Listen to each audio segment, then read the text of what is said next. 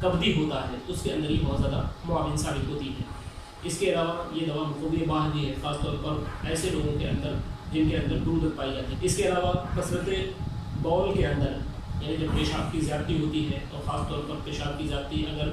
گردے اور مثانہ کی برودت کے سبب ہو تو وہاں پر بھی یہ بہت زیادہ مفید اور کارگر ثابت ہوتی ہے۔ منہ سے بدبو آنا وہاں پر بھی یہ بہت زیادہ مفید پائی جاتی ہے۔ سنگ گردہ و مثانہ یعنی کڈنی کے اندر یا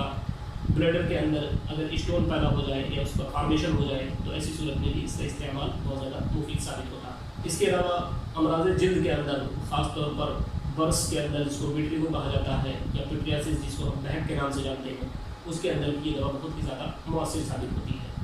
اس کے علاوہ نیوروفائبروٹوسس جس کو آٹو امیون ڈیزیز مانا جاتا ہے، جس میں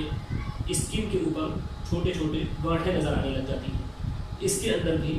جوارش جالینوس بہت ہی کارآمد دوا ثابت ہوتی ہے۔ جبکہ آپ دیکھیں گے کہ نیوروفائبروٹوسس کا کوئی خاص علاج موجود نہیں ہوتا ہے، لیکن اگر آپ جوارش جالینوس کو پراپر فارم میں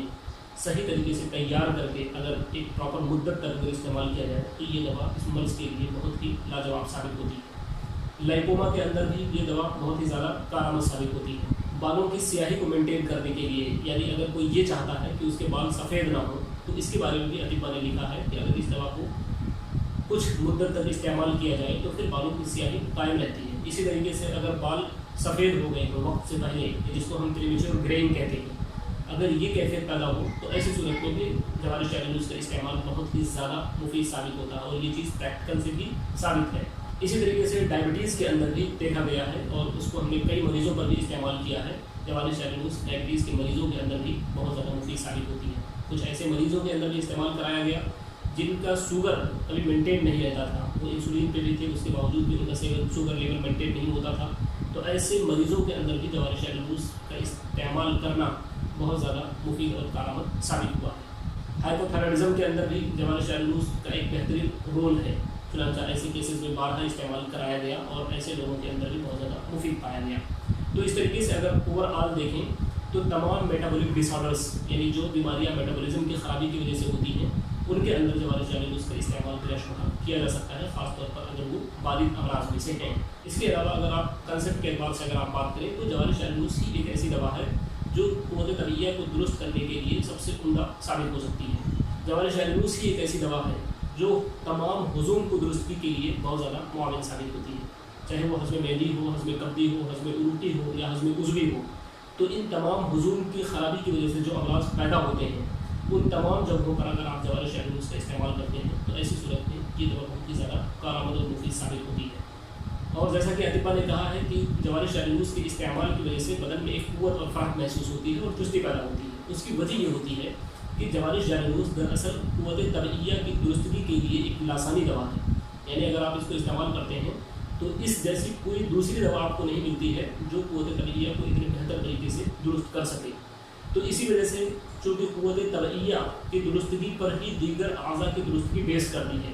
یعنی چاہے وہ اعضائے رئیسہ ہمارے دماغ ہوں یا اسی طریقے سے ہمارے دل ہوں یا اسی طریقے سے دوسرے اعضاء ہوں جو ہماری قوتیں پائی جاتی ہیں بدن کے اندر، چاہے وہ قوائے نفسانیہ ہوں، قوائے طبیعیہ ہوں یا اسی طریقے سے دوسری قوتیں ہوں، ان تمام قوتوں کا انحصار دراصل قوت طبیعیہ کی درستگی پر ہوتا ہے۔ اور یہی وجہ یہ ہوتی ہے کہ اگر یہ قوت بگڑ جائے، یہ قوت خراب ہو جائے تو پھر ان ساری قوتوں کے اندر خلل اور کمی واقع ہونے لگ جاتی ہے، ان تمام قوتوں کے اندر بگاڑ پیدا ہونے لگ جاتا ہے۔ اور اسی لیے آپ دیکھیں گے کہ اطباء نے خاص طور پر تمام امراض کے علاج میں چاہے وہ کسی بھی سسٹم سے ہو، چاہے وہ کسی بھی سسٹم سے اس کا تعلق ہو، چاہے وہ دماغ سے ہو، دل سے ہو یا کسی بھی قوت سے اس کا تعلق ہو، وہاں پر اصلاح جگر کی بات کی ہے، چونکہ جگر جو ہمارا ہوتا ہے یہ قوت طبیعیہ کا عضو رئیس ہے، تو اسی لیے اطباء نے اس کو کریکٹ کرنے کی بات کی ہے کیونکہ قوت طبیعیہ کی درستگی تمام اعضاء کی درستگی کے لیے ضروری ہوتا ہے۔ اس کے علاوہ یہاں پر ایک چیز جو بتانے کی ضرورت ہے وہ یہ ہے کہ اگر آپ جوارش جالینوس کا استعمال کسی مریض کے اندر کرتے ہیں یا کوئی مریض اس کا استعمال کرتا ہے تو کم سے کم یہ فوائد حاصل کرنے کے لیے ضروری ہے کہ اس دوا کو 3 سے 4 ہفتہ استعمال کیا جائے، یا کچھ صورتوں میں اس سے زیادہ مدت 3 مہینہ، 4 مہینہ، 6 مہینہ اس دوا کے استعمال کرنے کی ضرورت پڑتی ہے۔ اور جہاں تک بات اس کے سائڈ افیکٹ کی، تو اگر صحیح طریقے سے ڈائگنوسس بنا کر کے صحیح مقدار میں اس دوا کا استعمال کیا جاتا ہے تو ابھی تک اس کا کوئی بھی سائڈ افیکٹ نوٹ نہیں کیا گیا ہے۔ لیکن اگر کوئی اس دوا کا استعمال گرم مزاج کے لوگوں نے کرتا ہے یا پھر ایسے لوگوں کے اندر کرتا ہے جن کے معدے کے اندر گرمی ہے، جن کے جگر کے اندر گرمی ہے یا پھر جن کے امعاء کے اندر یعنی آنتوں کے اندر گرمی ہے، تو ظاہر سی بات ہے ایسے لوگوں کے اندر سائڈ افیکٹ دیکھنے کو مل سکتے ہیں کیونکہ یہ دوا ہارڈ ہے۔ تو اس لیے ضروری ہوتا ہے کہ اس دوا کو گرم مزاج کے لوگوں کے اندر نہ استعمال کیا جائے، اور اسی طریقے سے ایسے لوگوں کے اندر استعمال نہ کیا جائے جن کے جگر کے اندر، جن کے معدے کے اندر اور جن کے ہوا کے اندر گرمی ہو۔ تو دوستوں یہ جوانی چینل کے تعلق سے کچھ مختصر سی چیزیں تھیں جس کو میں نے آپ کے سامنے رکھا، امید کی آپ کے لیے یہ فائدہ مند ثابت ہوگا۔ اب آخر میں اگر آپ کو کسی بھی طرح کا کوئی ڈاؤٹ ہے اس دوا کے تعلق سے تو آپ کمنٹ باکس میں جا کر کے آپ کمنٹ کر کے ضرور پوچھ سکتے ہیں، انشاءاللہ آپ کو ریپلائی ضرور کیا جائے گا۔ شکریہ، جزاک اللہ خیر، السلام علیکم ورحمۃ اللہ وبرکاتہ۔